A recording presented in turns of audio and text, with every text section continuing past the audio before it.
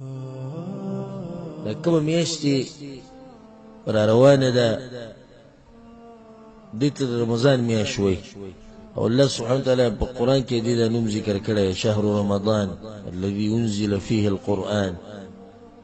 دا الله سبحانه وتعالى حکمت ته ده چې بعض ځایونه د بعضو نه غوره کړي دي، بعض زمانې د بعض زمانونو غوره کړي، بعض وختونه د بعض وختونو نه غوره کړي، بعض میاشتې د بعضو نه غوره کړي، بعض انسانان د بعضو نه غوره کړي.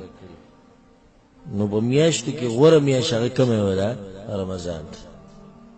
د دې مبارکې میاشتې ډېر زیات فضایل دي، زه درته یو څو ذکر کومه. اولنی فضیلت د دې میاشتې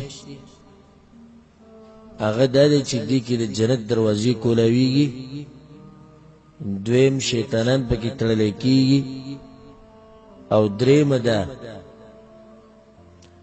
چې د الله طرف نه آواز کوونکی آواز کوي چې ای د خیر اراده لرونکیا راځه او ای د شر اراده لرونکیا نور بس که. د دې میاشتې فضیلت او دلیل به یې بیانومه د الله سبحانه وتعالی په توفیق سره. امام احمد بن حنبل رحمه الله دا روایت راوړی د ابو هريره رضی الله عنه رسول صلی الله علیه وسلم وی اذا كان اول ليله من شهر رمضان، کله چې اولنۍ شپه یا اولنۍ شپه د رمضان سپومۍ ولیدی شو، اعلان وشو چې څه ده؟ روژه. دا اولنۍ شپه ده. صفدت الشیاطین، په دې اولنۍ شپه باندې شیطانونه وتړلی شي. ومردت الجن، مشران کم سرکشه پیریان چې بیا مخې ته رسول صلی الله علیه وسلم وی چې وغلقت ابواب النار، او د جهنم دروازې بندې شي، وفتحت ابواب الجنه، او د جنت دروازې کولاو شي.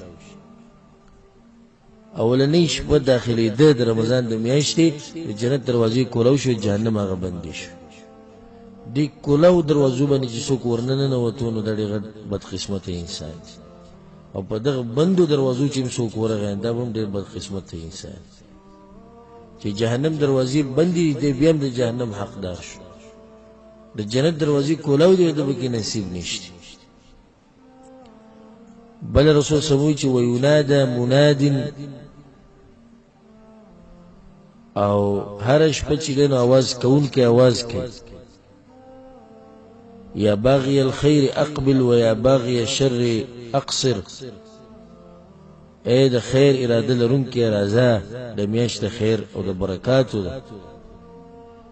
رمضان میاشت دا د برکتونو، د رحمتونو، د خیرونو او د ثوابونو او د الله د رضا د ګټلو میاشت.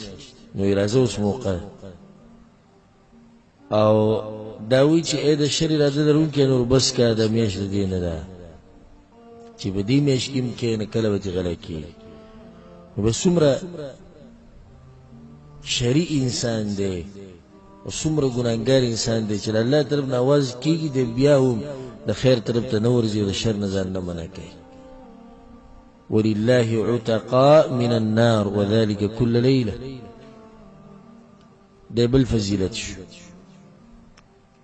څلورم فضیلت چې الله سبحانه وتعالی هر شپه د جهنم نه کسان ازادوي د رمضان په میاشت کې. په روایت کې دا هم راځي چې کله اخرنۍ ورځي د رمضان د میاشتې اخرنۍ او نور ډوب شي، الله سبحانه وتعالی ملایکو ته وایي ویله څومره چې تاسو په دې روژه کې ازاد کړي دي هره شپه، نو د هغې امر نن نور ازاد کوي. او چې په دې میاشت کې ته د اور نه ازاد نه شوې نو فلا یلومن الا نفسه، خپل ځان بیا ملامته کړي. یعنې د قیامت پر ورځ به الله له ته څه جواب ورکوې؟ ما ته دا ووایه زه چې تا ته دا ووایي چې د جنت دروازې کولاو وي، د جهنم هغه بندې وي، شیطانان مې تړلي وو، آواز کوونکي آواز کوو، هره شپه مې کسان ازادول، بیا به کې هم ستا قسمت نه و.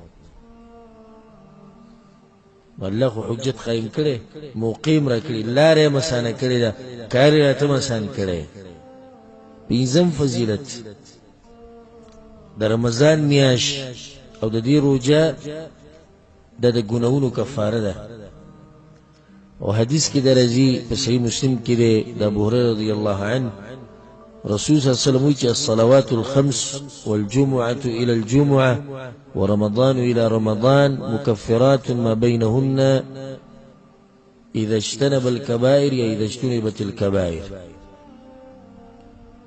چې پنځه منځونه او د جمعې نه د جمعې پورې او د رمضان د میاشت نه د رمضان د میاشت پورې دا اعمال ګناهونه ریږي چې کله ته ځان د غټو ګناهونو وساتې واړه ګناهونه ختمه لکه د رمضان میاشت تیر شوي کال ته روجې ونیوي دې کال له بیا دې روجې ونیوي په دې منځ کې چې دا 11 میاشتې دي د دې د واړه ګناهونو ته الله دې رجوع درسبه رمضان میاشت د فضیلت شپږم فضیلت او غټ فضیلت په دې میاشت کې قرآن نازل شوی دا فضیلت نه بل وخت سره شته نه بل میاشت سره شته هغه میاشت چې رڼا راغلی د اسمانونو نه دې ځمکې ته او هغه میاشت چې وحی د رب العالمین راغلی دی ځمکې ته هغه په دې میاشت کې ذکر الله سوي شهر رمضان الذي أنزل فيه القرآن رمضان میاش الله بدی کې نازل شوی د قرآن او د یو فضیلت کافی ده که نه کافی د یو پوره نو دې ته ویل کېږي شهر القرآن او د روژه او قرآن د یو بل سره تړلی شوي د فایدې د ساتي رمضان مع القرآن القرآن مع رمضان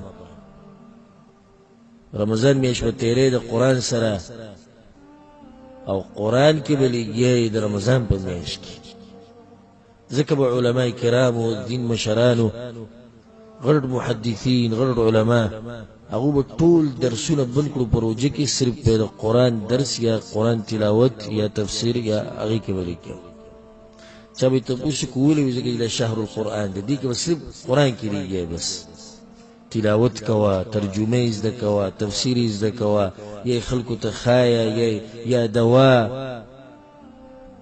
خو چې قرآن سره دی رابطه وم فضیلت چې دې میاشت کې الله سبحانه وتعالی دعاګانې قبلوي امام احمد بن حنبل رحمه الله دا روایت راوړی چې لكل عبد منهم دعوة مستجابة رمضان په میاشت کې الله دا خلق د جهنم نه آزادوي او د دوی دعاګانې قبلوي نو دا د دعاګانو میاشت اتم فضیلت په دې کې یو شپه ده چې هغې ته لیلة القدر ویلی کېږي او هغه د زرو شپو نه غوره ده دا نه چې زرو شپو په شان د زرو شپو نه غوره ده لیلة القدر خیر من 1000 شهر په دغه شپه کې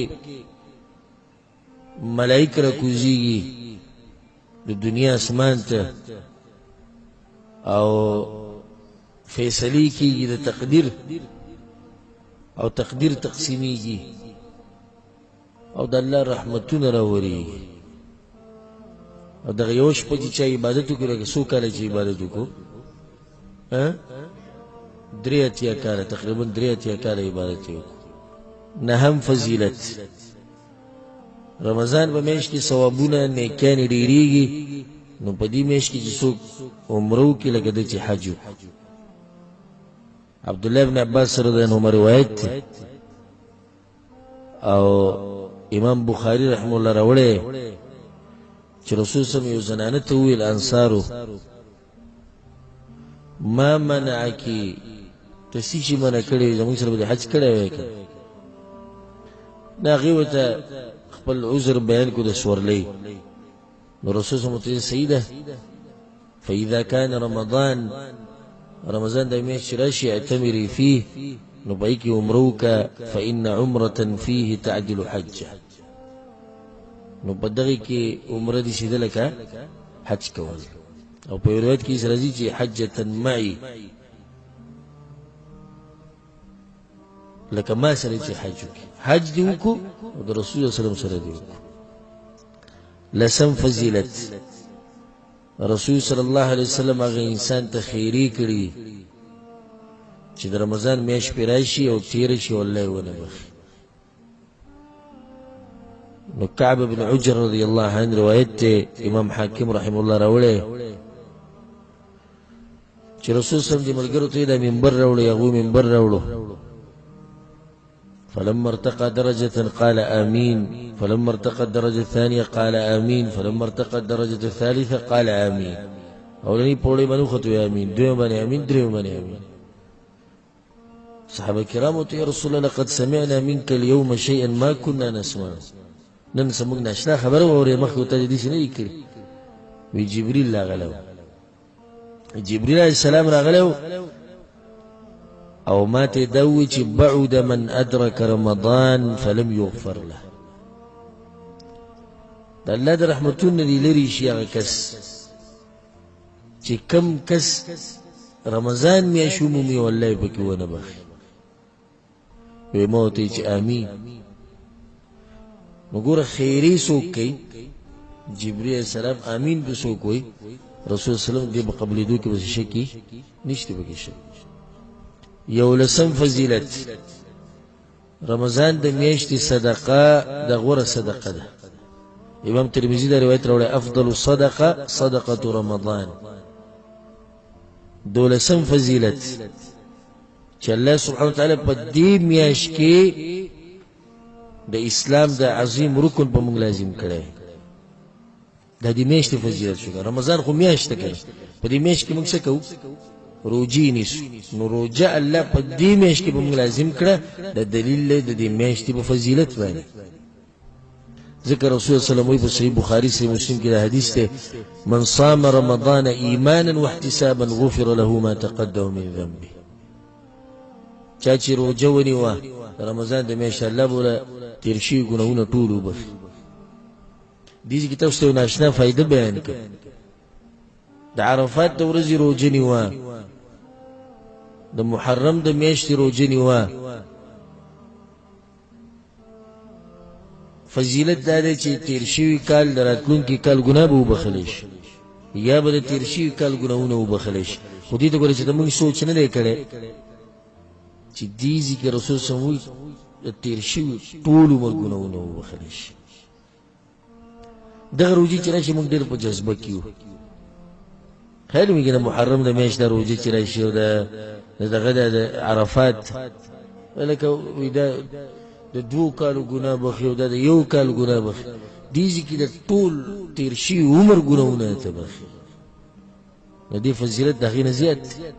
دیارلسم فضیلت په دې میاشت کې د شپې مونځ کول دغه خاص فضیلت. من قام رمضان ایمانا واحتسابا غفر له ما تقدم من ذنبه. چا چې د رمضان په میاشت کې د شپې مونځ وکړو، رمضان میاشت یاد کړی، الله به له تیر شوي ګناهونه وبخي.